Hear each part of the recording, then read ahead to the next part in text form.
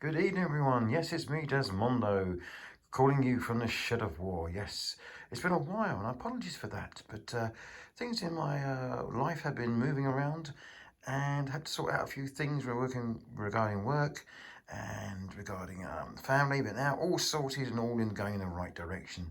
So anyway, tonight it was great to have Per over, and we played a game of Chain of Command. Now this was loosely based on a game that I played at Hearts of Lard run by Don Avis. And his version of this was set in 1944.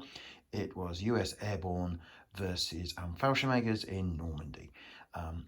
I have basically nicked this scenario because I wanted to try it out using a completely different set of parameters and troop types and to see how it worked. Now, basically, the nothing in this game that was played today is any different from normal Chain of Command except for one thing. We introduced the upcoming rule called the objective, and we use that today to try and give the game a different feel, and it certainly did that. And it's going to be certainly very interesting when the official rules come out, how the objective rules actually work. I should point out that I only had a taste of it at Hearts of Lard, so I may well have got some of it wrong. But anyway, we had a great game today, and thanks very much for Per for coming over.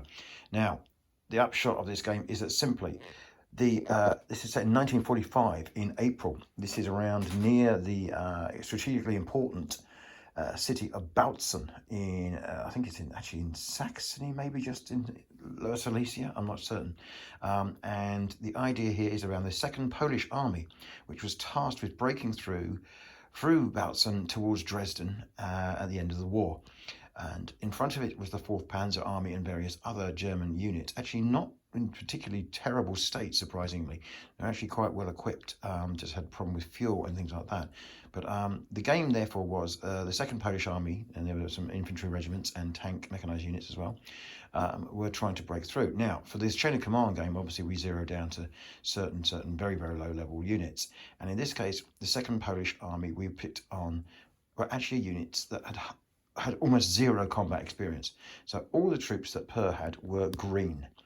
And that was definitely a new dynamic, which we haven't played a lot of. The Germans were just regulars, but obviously the Soviets being green, they got an awful lot of support points, and then Per rode quite well on the die roll as well, and got a total of 15 support points. The Germans only got 4, because they got 50% of the die roll, and that led me to only really have 1 or 2 choices as a defender. I could have gone for a mortar barrage with a foo. I could have gone for a heavy machine gun. I could have gone for an extra infantry squad. Now, with the area of this table to defend and a number of jump off points, I decided that I would take the extra infantry. Now, on the Russian side, Polish side, Per went for a lot more infantry and was not tempted by any armor at all. He got some heavy rifle section, a light rifle section, and also I think he brought on, what else? Oh yes, it was some mortars. So he was going infantry heavy, I was going infantry heavy, and you can probably see from the terrain why that would be. You wouldn't want to put any armour coming down that road there against 1945 Germans with all the Panzerfausts. It would probably make mincemeat of any armour assault down that road, and even coming across that open ground there, the Germans would have, some advantages with all those Panzerfausts. So yeah, I think a wise decision not to take any armour. Now, I've jumped ahead there because I told you about the support points, so apologies for that. So a couple of things. First of all, that's where the objective is. The objective is on top of a hill. As we know, normally in Chain of Command we don't have hills, but in this case there's a gentle rise just outside the village. And that is the objective was the objective for the Polish.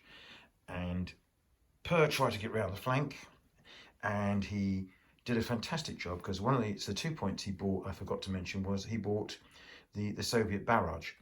And I did terrible trying to deploy off that barrage, and Per did fantastically well moving troops from that jump off point through the orchard, across the road, and actually reached.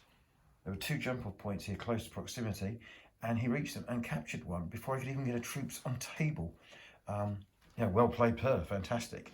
But that sort of then caused a bit of an uproar in the Germans, and suddenly everything came alive, and I did jump off and that other jump off point there, which he couldn't cover both, and promptly slaughtered his poor green troops, who, by the way, die really easily in chain of command.